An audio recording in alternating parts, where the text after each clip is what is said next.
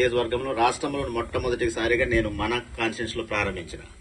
నేను అక్కడికి వెళ్ళిన తర్వాత ఇలా ఉంటే బాగుంటుందని చెప్పేసి నేను అక్కడ చూసి వచ్చిన తర్వాత చెప్పింది కలెక్టర్ గారు దాన్ని అప్రూవల్ చేశారు. మొట్టమొదటి మన నియోజకవర్గంలోనే మద్దుకూరు గ్రామంలో నేను దాన్ని ప్రారంభించి నేను అక్కడ శంకుస్థాపన చేయడం జరిగింది.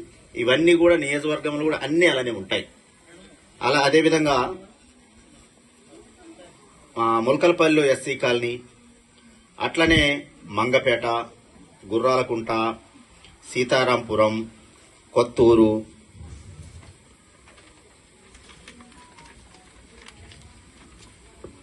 అదేవిధంగా చింతలపాడు, కుమ్మరిపాడు, చవిటిగూడెం, తాళ్లపాయి, మంగలిగుట్ట, నల్లివారిగూడెం, మినీదం, తర్వాత జగనాం, జిన్నెలగూడెం, రాచన్నగూడెం.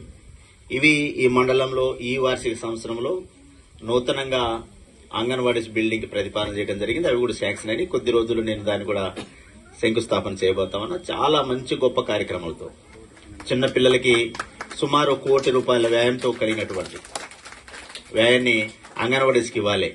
అదేవిధంగా రిక్వైర్మెంట్ కూడా తీసుకున్నాం. ఎక్కడైతే గతంలో ఉన్నటువంటి అంగన్వాడీ బిల్డింగ్స్ ఎక్కడైతే ఉన్నాయో వాటికి కూడా రిపేరింగ్ కూడా ప్రతిపాదన పంపడం జరిగింది.